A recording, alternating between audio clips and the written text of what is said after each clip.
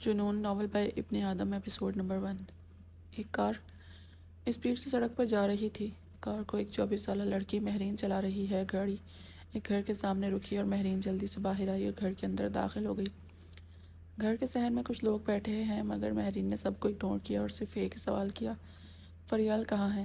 صحن میں بیٹھا ایک 19 سالہ لڑکا بولا، ابھی وہ اپنے کمرے میں ہے۔ کمرے میں فریال ایک بیڈ پر بیٹھی ہوئی موبائل استعمال کر رہی تھی۔ فریال اپنے حسن و جمال میں بے مثال تھی۔ لمبا قد، بھرا ہوا جسم، گھنے لمبے بال، تیکھے نین، موٹی آنکھیں اور گورا رنگ، پرکشش فگر۔ اچانک کمرے کا دروازہ کھلا۔ مہرین اندر آئی اور دروازے کو کنڈی لگانے لگی۔ فریال حیرانگی سے، مہرین تم اس وقت؟ ابھی وہ جملہ مکمل ہی ہوا تھا کہ مہرین نے ایک جھٹکے سے فریال کو بیڈ پر دھکا دیا اور فریال کے اوپر لیٹ گئی۔ ہاں میں بے وفا عورت، مہرین نے بناوٹی غصے سے کہا۔ بے وفا؟ اور میں؟ فریال حیران ہو کر بولی۔ مہرین کتنا ترسایا ہے تم نے مجھے، کتنا تڑپایا۔ 1 مہینہ میں نے کیسے گزارا ہے یہ میں ہی جانتی ہوں۔ فریال نے مہرین کو اپنے اوپر سے اتار کر سائڈ پر کیا اور بیڈ پر بیٹھتے ہوئے بولی، اف میرے خدایا، کیا کروں میں تمہارا؟ تم پھر سے شروع ہو گئی۔ مہرین بھی اٹھ کر اس کے ساتھ بیٹھ گئی اور آنکھیں پھاڑ کر فریال کی طرف دیکھتے ہوئے بولی، کیا مطلب پھر شروع ہو گئی؟ اس نے فریال کے جملے کو ہی دہرایا۔ جھوٹی، مکار، بے وفا، بے حیا عورت، اتنے سارے القابات ایک ہی سانس میں دے دیے۔ فریال، اف خدایا، کیا مکاری کی ہے میں نے تم سے؟ مہرین، کیا تم نے پہلے اس طرح سے مجھے الگ کیا ہے جس طرح آج کیا ہے؟ مہرین نے گیلا کیا اور پھر رونے والا منہ بنا کر بولی کہ میں وہی مہرین ہوں جس کے بغیر تمہارا ایک دن بھی نہیں گزرتا تھا اور تم ساری ساری رات مجھ سے لپٹی رہتی تھی۔ اس کی آواز میں درد تھا اور ایک ٹوٹے ہوئے دل کا احساس تھا۔ فریال، میں تمہیں کیسے سمجھاؤں کہ جو ہو چکا ہے اسے بھول جاؤ اور نئی زندگی شروع کرو۔ مہرین، کیا کہا؟ بھول جاؤں؟ کیا بھول جاؤں میں؟ وہ سب جس کو یاد رکھنے کے وعدے ہم کر چکے ہیں۔ فریال، دیکھو میری جان، وہ سب بچپن تھا ہمارا، اب ہم بڑے ہو گئے ہیں، ہمیں دنیا کے ساتھ چلنا ہے۔ مہرین، یاد کرو وہ وعدے جو ہم نے دنیا کے خلاف چلنے کے لیے کیے تھے۔ ہم نے عہد کیا تھا کہ ہم اپنا راستہ خود بنا لیں گے۔ مہرین بیڈ سے اٹھ کر کھڑی ہو گئی اور سامنے رکھے ڈریسنگ ٹیبل کے آئینے کے سامنے کھڑی ہو کر بولی، یہ سب باتیں تم اپنے دل و دماغ سے جتنی جلدی نکالو گے اتنا ہی تمہارے لیے بہتر ہوگا۔ مہرین اس رویے پر حیران تھی کہ اس کی بہترین دوست اس سے منہ پھیر رہی ہے۔ یہ سب باتیں میرے دل و دماغ میں ڈالنے والا کون تھا؟ کس نے مجھے ہم جنس پرست بنایا؟ کس نے مجھے امیدیں دی؟ کس نے میرے ساتھ عہد و پیما کیے؟ مہرین چلا کر بولی۔ فریال اونچی آواز سن کر فوراً واپس مڑی اور بولی، آہستہ بات کرو، کوئی سن لے گا۔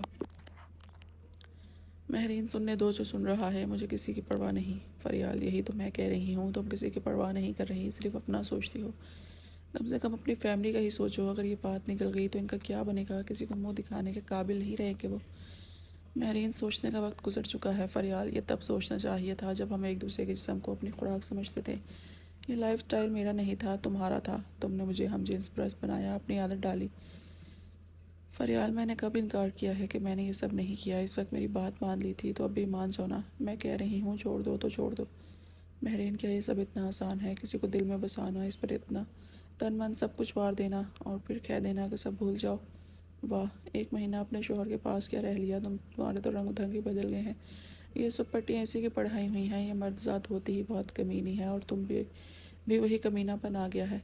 فریال واپس بیڈ پر بیٹھ گئی اور بولی، یار اس بیچارے کو تو کچھ پتہ ہی نہیں ہمارے اس رشتے کا۔ مہرین نے اپنی شرٹ کے اوپر والے بٹن کھول دیے اور اپنے سینے پر بنے ہوئے تل کی طرف اشارہ کرتے ہوئے بولی، یہ وہی ہے نا جس کو چومے بغیر تمہارا کھانا ہضم نہیں ہوتا تھا؟ اور پھر مزید 2 بٹن کھول کر بولی، کیا یہ وہی جسم نہیں جس کے نقطے نقطے کو تم چوما کرتی تھی، جس کے ذریعے تم پر اپنا حق سمجھتی تھی؟ ایک خاتون آفس میں بیٹھ کر کچھ فائل چیک کر رہی تھی۔ اچانک فون کی بیل بجی۔ ہیلو، السلام علیکم میڈم۔ وعلیکم السلام۔ میڈم، آپ کو پتہ چل گیا ہوگا کہ میرا الیکشن آ چکا ہے، تو آپ نے پارٹی اگلے امیدوار کے متعلق کیا سوچا؟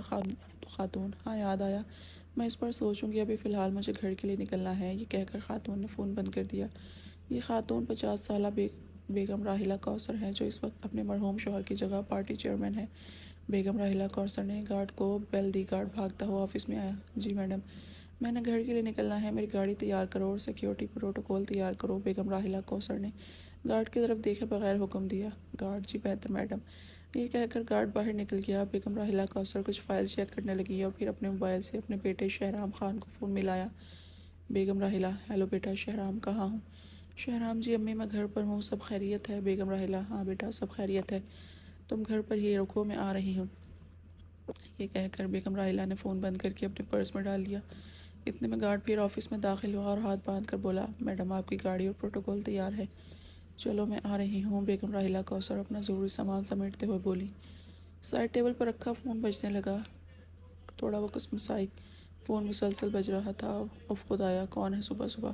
ہیلو، السلام علیکم۔ جنت بیٹی ابھی تک سو رہی ہو؟ فرزانہ بیگم اپنی بیٹی کے لیٹ اٹھنے والی عادت سے واقف تھی، اس لیے تو صبح صبح کال کرتی تھی۔ وہ امی اٹھ گئی، بس تھوڑا لیٹ ہو گئی، بس تیار ہو کر نکلنے لگی ہوں۔ جنت آنکھیں موندتے ہوئے بولی، ہاں ٹھیک ہے بیٹا، جلدی کرو، لیٹ نہ ہو جانا اور خیال رکھنا اپنا۔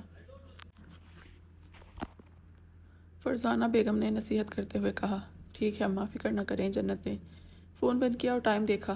اب خدایا، اتنی لیٹ؟ وہ بڑبڑائی اور فوراً غسل خانے کی طرف بھاگی۔ جنت نکل آؤ باہر، آج پہلا دن ہے یونیورسٹی کا اور پہلے دن ہی لیٹ۔ یہ آواز جنت کی روم پارٹنر شزا کی تھی، جو صبح سے تیار ہونے نچلے فلور پر گئی تھی۔ شزا اور جنت دونوں کو ملے صرف ایک دن ہی ہوا تھا۔ شزا دوسرے شہر سے آئی تھی، جبکہ جنت گاؤں سے یہاں ماسٹر کرنے آئی تھی۔ ہاں شزا نکل آئی بس۔ جنت نے غسل خانے کا دروازہ کھولا اور گھنے لمبے بالوں پر تولیہ لپیٹتے ہوئے بولی، شزا یار جنت جلدی کر لو، میں کب سے تیار ہوں۔ جنت نے ایک نظر شزا کو سر سے لے کر پاؤں تک دیکھا اور حیرانگی سے بولی، تم ایسے جاؤ گی یونیورسٹی شزا؟ یار جینس ہی تو ہے، اب میں برقع ڈالنے سے تو رہی۔ جنت تم شہری لوگ کیا جانو برقعے کی قدر؟ شزا ہاں بابا، ہم نہیں جانتے، تم جلدی سے تیار ہو جاؤ بس۔ رات کے 9 بجے کمرے میں سلو میوزک چل رہا ہے اور ایک بکھرے ہوئے بالوں والی لڑکی ہاتھ میں جام لے کر نیچے قالین پر بیٹھی ہے اور ایک 24 سالہ نوجوان زیان شاہ اس کی گود میں لیٹا ہوا ہے۔ وہ لڑکی شراب کی بوتل کبھی زیان کے ہونٹوں کو لگاتی اور کبھی اپنے ہونٹوں پر۔ پچھلے 15 منٹ سے یہی سب چل رہا تھا اور زیان آدھی شراب کی بوتل پی چکا تھا۔ زیان نے خاموشی توڑی، چاند سے چہرہ، قاتل آنکھیں، ریشمی زلفیں، دیکھ کے تیرے حسن گلابی ہم کیسے نہ بہکیں۔ ہائے مرشد، آپ کی شاعری نے ہی ہمیں دیوانہ بنا رکھا ہے، لڑکی نے زیان شاہ کے ننگے جسم پر ہاتھ پھیرتے ہوئے کہا۔ زیان شاہ ایک 24 سال کا جوان لڑکا تھا، مضبوط جسم، گورا رنگ، لمبے گھنے بال، روشن چہرے پر روبدار داڑھی اور مونچھیں، اور اس پر ظلم یہ کہ موٹی نیلی آنکھیں۔ زیان شاہ کا جسم بہت خوبصورت اور پرکشش، اور اوپر سے وہ شاعر۔ زیان، مطلب آپ یہاں صرف شاعری سننے بیٹھی ہوئی ہیں؟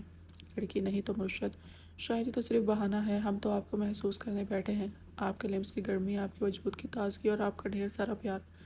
زیان، مجھ میں ایسا کیا ہے جو آپ آج اچانک شراب کی بوتل لے کر چلی آئیں؟ لڑکی، ہائے مرشد، آپ میں وہ خاص چیز ہے جو شاید شہر کے کسی اور مرد میں موجود نہیں۔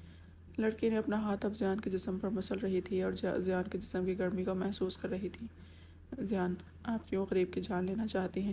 لڑکی، ہائے مرشد، آپ کو تو اللہ نے خاص مجھ جیسی عورتوں کے لیے بنا کے بھیجا ہے۔ یہ کہہ کر لڑکی نے زیان کے سینے پر ہونٹ رکھ دیا۔ یہ لڑکی 30 سال کی حریم تھی، شادی شدہ ہونے کے باوجود زیان شاہ کی کشش اسے یہاں کھینچ لائی تھی۔ اس میں اس کا بھی قصور نہیں تھا، جو بھی مشاعرہ سننے آتی پھر وہ زیان کی ہی ہو جاتی۔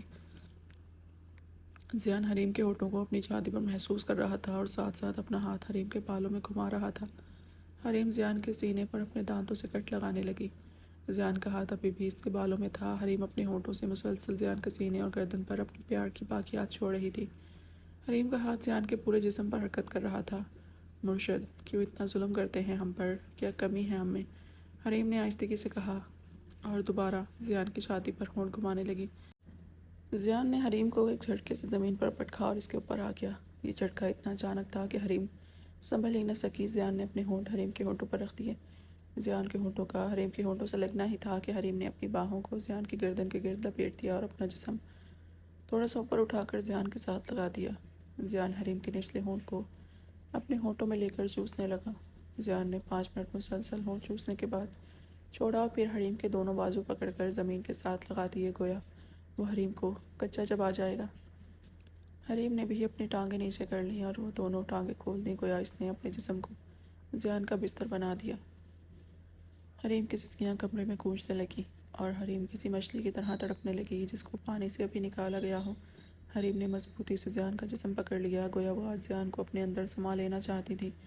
حریم کا سنہری وادیوں کی طرف سفر شروع ہو چکا تھا کہ اچانک زیان نے اپنے ہونٹوں کو حریم کے جسم سے الگ کیا اور اٹھنے کی کوشش کرنے لگا۔ حریم جو سسک رہی تھی مچھلی کی طرح تڑپ رہی تھی بولی مرشد کیا ہوا رو کیوں گئے؟ زیان منہ دوسری طرف کر کے بولا اوہ سوری، یہ کہہ کر زیان نے اپنا جسم حریم کے جسم سے الگ کر لیا اور اٹھ کے کھڑا ہو گیا۔ زیان کے اٹھتے ہی حریم کی تو جیسے جان نکلنے لگی تھی۔ مرشد یہ آپ کو کیا اچانک کیا ہو گیا؟ زیان شاعرانہ انداز میں اپنی غزل کا شعر کہنے لگا ہے اجازت لبوں کو تمہارے چوم گر خود پشیماں ہوں میں، ہوش میں اتنی جرت نہ ہوتی، بے خودی میں خطا ہو گئی ہے۔ یہ کہہ کر زیان دروازے کی طرف جانے لگا۔ زیان کے پاس خوبصورت اور پرکشش شخصیت کے ساتھ ایک شاطر دماغ بھی تھا۔ زیان کو جاتا دیکھ کر حریم جلدی سے اٹھی اور بھاگ کر پیچھے سے جا کر زیان کے ساتھ لپٹ گئی اور بولی مرشد ایسا نہ کریں، بہت تڑپ چکی ہوں، بہت سسک چکی ہوں، اب جان لیں گے کیا؟ حریم کا ہاتھ زیان کے سینے پر اور حریم کے ہونٹ زیان کی کمر پر گردش کرنے لگے۔ زیان نے ہاتھ سے حریم کو کھینچ کر سامنے کیا اور دھکیلتے ہوئے دیوار کے ساتھ لگا دیا اور اپنے ہونٹوں کو حریم کی گردن پر پیوست کر دیا۔ حریم کے منہ سے ایک سسکی نکلی۔ مرشد! حریم اس زبردست حملے سے نڈھال ہو چکی تھی۔ زیان کے ہونٹ اس کے جسم میں آگ لگا چکے تھے، ایسی آگ جس کو ٹھنڈک صرف اب زیان کے جسم سے ہی مل سکتی تھی۔ زیان نے حریم کو گھمایا اور اس کا منہ دیوار کی طرف کر دیا۔ مہرین نے اپنی شرٹ اتار دی اور فریال کے قریب چلی گئی، پھر اس کا ہاتھ اپنے سینے پر رکھ کر بولی محسوس کرو کیا میرے جسم کی گرمی کم ہو گئی ہے یا تمہیں تمہارا شوہر مجھ سے زیادہ مزہ دیتا ہے؟ فریال نہیں، ایسی بات نہیں، اس نامرد نے تو ابھی تک چھوا ہی نہیں اور شاید کبھی چھو بھی نہ پائے۔ مہرین تمہیں چھونے کے لیے میں جو ہوں۔ یہ کہہ کر مہرین نے اپنے ہونٹ فریال کے ہونٹوں پر رکھ دیے اور دونوں ایک دوسرے کے ساتھ لپٹ گئی۔ بیگم راحلہ کوثر کی گاڑی ان کے بنگلے میں پہنچی اور وہاں پہلے سے موجود گارڈ نے بھاگ کر گاڑی کا دروازہ کھولا اور بیگم راحلہ کوثر باہر آئی اور بنگلے کے اندر چلی گئی۔ بیگم راحلہ کوثر جیسے ہی ہال میں داخل ہوئیں تو ہال میں موجود ان کے تمام فیملی ممبرز اٹھ کر کھڑے ہو گئے۔ بیگم راحلہ نے ہاتھ سے بیٹھنے کا اشارہ کیا اور ہاتھ پر پہنی گھڑی کی طرف دیکھ کر بولی 8 بجے مجھے تم سب کھانے کی ٹیبل پر ملو۔ یہ کہہ کر وہ اپنے کمرے کی طرف چلی گئیں۔ شہرام اپنی بیوی ہادیہ کی طرف دیکھ کر بولا ہادیہ پتہ کرو کھانا تیار ہوا یا نہیں، لگتا ہے امی جان کو کافی بھوک لگی ہوئی ہے۔ ہادیہ جو ساتھ ہی کھڑی تھی شہرام آپ فکر نہ کرے میں ہوں نا۔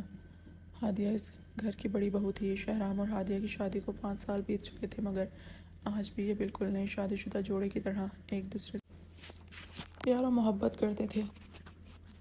شہرام اور ہادیہ وہ فرقان کو تو دیکھنا، وہ اپنے کمرے سے باہر نہیں آیا ابھی تک، اسے بولو امی جان آ گئی ہیں۔ شہرام کھانے والے ٹیبل کی طرف جاتے ہوئے بولا ہادیہ جی شہرام میں ابھی فرقان کو لے کر آتی ہوں، آپ بالکل پرسکون ہو جائے۔ ہادیہ نے شہرام کو ٹہلتے ہوئے دیکھ کر بولی اور پھر فرقان کے کمرے کی طرف چل پڑی۔ فرقان اس گھر کا چھوٹا بیٹا تھا اور اس کی شادی کو 1 مہینہ ہی ہوا تھا۔ بیگم راحلہ کوثر کا رعب و دبدبہ ہی اتنا تھا کہ ملازم تو ملازم راحلہ کوثر کی اپنی اولاد بھی ضرورت سے زیادہ ڈرتی تھی۔ ملازم نے کھانا لگایا، کھانا لگتا دیکھ کر شہرام کھانے والی ٹیبل پر پہنچ گیا۔ اتنے میں ہادیہ بھی فرقان کو لے کر وہاں آ گئی۔ شہرام نے فرقان کو ایک نظر دیکھا اور بولا یار یہ شرٹ تو ٹھیک سے اندر کرو، اور پھر جلدی سے شہرام نے فرقان کی شرٹ کو ٹھیک کیا اور اسے کرسی پر بٹھا دیا۔ اتنے میں ہادیہ نے شہرام کا ہاتھ پکڑا اور بولی آپ بھی بیٹھ جائیں اب، اور پھر یہ دونوں بھی بیٹھ گئے۔ اتنے میں بیگم راحلہ بھی کمرے سے چینج کر کے باہر آ گئیں اور ان کے ساتھ کھانے والی ٹیبل پر بیٹھ گئیں۔ بیگم راحلہ فریال کو واپس نہیں لے کر آئے۔ شہرام امی جان کے گھر والے ضد کر رہے تھے کہ اس کو ایک رات یہاں ہی رہنے دیں، صبح لے آؤں گا۔ بیگم راحلہ شہرام بیٹا تمہیں پتہ تو ہے فرقان کا خیال رکھنا ہوتا ہے۔ دراصل فرقان اب نارمل تھا اور بیگم راحلہ کو سب سے زیادہ عزیز بھی۔ ہادیہ سب کو کھانا ڈال کر دینے لگی۔ شہرام امی جان نئی نویلی دلہن کو میکے کی یاد تو آتی ہی ہے، صبح لے آؤں گا۔ بیگم راحلہ اچھا الیکشن آ رہا ہے، کیا تیاری ہے؟ شہرام اس دفعہ پوری تیاری ہے، انشاءاللہ جیت کر 30 سالہ ریکارڈ اور مخالفین کا غرور توڑ دیں گے۔ راحلہ بیگم پچھلی بار بھی تم نے یہی کہا تھا مجھے، اچھے سے تیاری کرو، میں ہر بار تمہیں اس لیے الیکشن کا ٹکٹ نہیں دیتی کہ تم بار بار ہار جاؤ۔ شہرام امی جان فکر نہ کریں آپ، اس بار ایسا کچھ نہیں ہوگا۔ اس وقت تک ہادیہ سب کو کھانا دے چکی تھی۔ بیگم راحلہ ہادیہ صبح فریال آتی ہے تو اس کو پارٹی کے لیے تیار کرو اور جلد سے جلد فرقان کی شادی کی پارٹی دو۔ میں شہر کی عورتوں کے منہ سے یہ سننا نہیں چاہتی کہ بیگم راحلہ نے پارٹی نہیں دی۔ ہادیہ جی امی جان ٹھیک ہے۔ راحلہ فریال کو دیکھ کر کم سے کم ان عورتوں کے منہ بھی بند ہو جائیں گے جو سمجھتی تھی کہ میرے بیٹے کی دلہن کوئی لنگڑی لولی ہے۔ ہادیہ امی جی فکر نہ کریں، میں فریال کو سب سمجھا دوں گی۔ رکشہ یونیورسٹی کے سامنے رکا اور وہ دونوں یونیورسٹی گیٹ سے اندر داخل ہو گئیں۔ جنت کے لیے سب نیا تھا، جس طرح کی ڈریسنگ وہاں لڑکیوں نے کی تھی، ایسے کپڑے تو جنت نے خواب میں بھی نہیں پہنے تھے۔ شیزا اور جنت کلاس کی طرف جا رہی تھیں اور جنت منہ گھما گھما کر لڑکیوں کو گھور رہی تھی۔ ایک لڑکی سے نظر ہٹاتی تو دوسری پر نظر جم جاتی۔ کوئی جینس میں تھا تو کوئی ٹائٹس میں۔ شہزاد جنت کا ہاتھ ہلکے سے دباتے ہوئے آہستگی سے بولی، جنت کیا کر رہی ہو؟ سب دیکھ رہے ہیں، تمہیں ایسے کیوں گھور رہی ہو؟ جنت حیران ہوتے ہوئے، یار اتنا تنگ لباس، مجھے تو شرم آ رہی ہے۔ اف میرے خدایا، شہزاد لباس انہوں نے پہنا ہے اور شرم تمہیں کیوں آ رہی ہے؟ جنت یار یہ چل کیسے لیتی ہیں ایسے کپڑوں میں؟ اف میرے خدایا، شہزاد بھی تو مجھے کہہ رہی تھی کہ اپنا لباس دیکھو۔ جنت یار میں نے کبھی ایسے کپڑے پہنے نہیں نا شہزاد، یہاں سب ایسے ہی پہنتے ہیں۔ جنت مجھے تو بہت شرم آ رہی ہے، پلیز میرے ساتھ ساتھ رہنا۔ شہزاد اچھا بابا شرماؤ کم اور چلو زیادہ، پہلے ہی ہم لیٹ ہیں۔ دونوں تیزی سے کلاس روم کی طرف چلنے لگی۔ جنت اب بھی مڑ مڑ کر لڑکیوں کو گھور رہی تھی۔ جنت کے لیے یہ سب بالکل نیا تھا۔ دونوں کلاس روم تک پہنچ گئیں۔ شہزاد نے کھڑکی سے کلاس میں جھانک کر دیکھا۔ شہزاد کلاس میں تو سر آ چکے ہیں، وہ بولیں گے پہلے ہی دن لیٹ۔ جنت اب کیا کریں؟ شہزاد جنت تم پہلے کلاس میں جاؤ نا، میں تمہارے پیچھے آتی ہوں۔ جنت نے کھڑکی سے جھانک کر دیکھا اور اس کے منہ سے بے اختیار نکلا، او تیری، یہ تو لڑکے لڑکیاں ساتھ جڑ کر بیٹھے ہیں۔ جنت کا چہرہ شرم سے لال ہو رہا تھا۔ شہزاد اوہ میرے خدایا، کس سے پالا پڑ گیا میرا، کلاس میں جانے کا سوچو۔ جنت میں کیا سوچوں شہزاد، تم پہلے کلاس میں جاؤ نا، میں تمہارے پیچھے آتی ہوں۔ جنت ٹھیک ہے، پر میری شرط ہے کہ میرے ساتھ بیٹھو گی تم۔ شہزاد اچھا بابا ٹھیک ہے۔ جنت نے خود کو تھوڑا پرسکون کیا اور لمبا سانس لے کر بولی چلو۔ یہ کہہ کر جنت کلاس کے دروازے پر پہنچ گئی اور بولی سر میں آئی کم ان۔ سر جو کلاس پڑھا رہے تھے جنت کی طرف دیکھے بغیر ہاتھ سے اشارہ کیا کہ آ جاؤ۔ شہزاد اور جنت دونوں کلاس میں داخل ہو گئیں اور آخری بینچ پر بیٹھ گئی۔